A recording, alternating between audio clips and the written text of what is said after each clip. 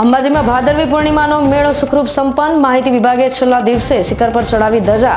જય અંબેના જય ઘોષ વચ્ચે માં અંબાના આશીર્વાદ અને ચંડીસરમાં ભેળસેળિયાનો પર્દાફાશ।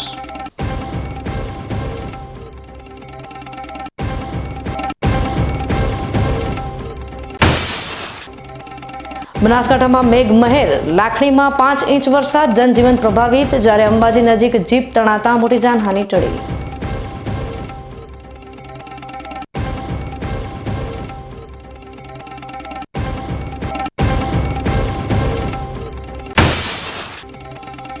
દાંતીવાડા ડેમ પર ડેમના સત્તાધીશોનો બેદરકારીનો બેફામ ખેલ। કલેક્ટરના આદેશો પાણીમાં અને તંત્ર ઊંઘમાં।